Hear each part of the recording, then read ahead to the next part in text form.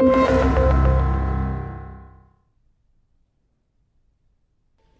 challenge of starting a company isn't coming up with a great idea.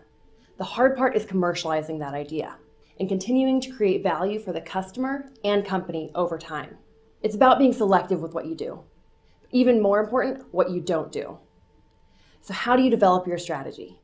If you've done the first steps well, you've figured out how to create value. Then you need to capture that value, plus sustain the value creation and capture over the long term.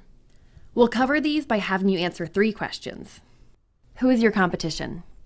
You need to assess how customers are getting their needs met now, and how those competitors stack up against the priorities of your target customer.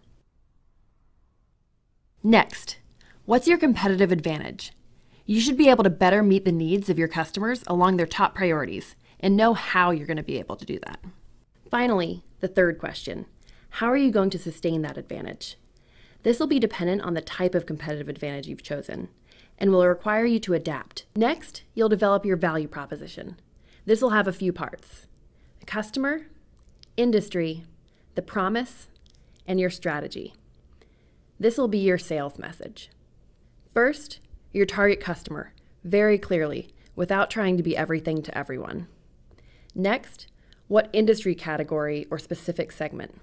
The promise of value. Quantify it if possible as to how much better you'll be than how customers are solving the problem now in that one dimension that matters most to your target customer. And finally, back up that promise with what will allow you to do it.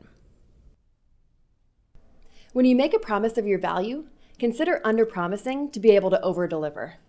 Customers are going to be skeptical of a new company, so this allows you to be able to delight them, while also leaving a little bit of room for potential mishaps that happen with practically every startup.